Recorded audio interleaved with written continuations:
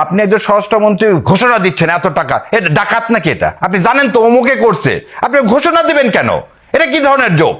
আপনি তো নির্বাচন কমিশনার, আজকে বলতেছেন এটা বিচ্ছিন্ন ঘটনা। তার মানে কি? আপনারা ঠিক আগের জায়গায় আছেন। আপনারা আমাদের স্বাধীনতা কোনদিন দিবেন না, কারণ আপনারা সব বিক্রি হয়ে গেছে ইন্ডিয়ার কাছে। আপনারা এই দোসরগুলো সব বিক্রি হয়ে গেছে ইন্ডিয়ার কাছে।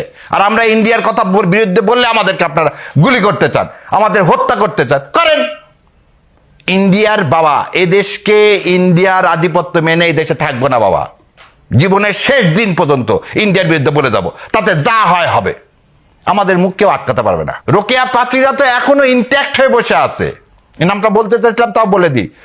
এই যত ওয়েবসাইটে যত থ্রেড সবকিছু আসছে রোকেয়া প্রাচীর কাছ থেকে। এটা জানেন না?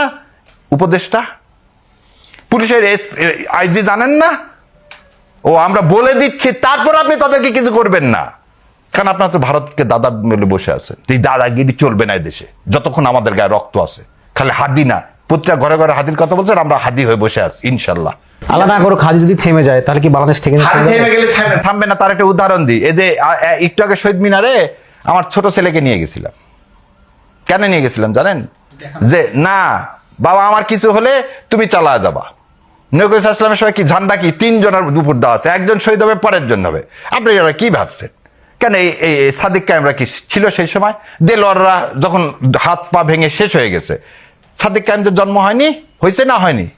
তো ঘরে ঘরে তো এটা হতে বাধ্য রে ভাই। আমরা তো নিপীড়িত মানুষ। আর ভারতের আধিপত্যবাদ আর কোথাও চলুক, এই 90% মুসলমানের দেশে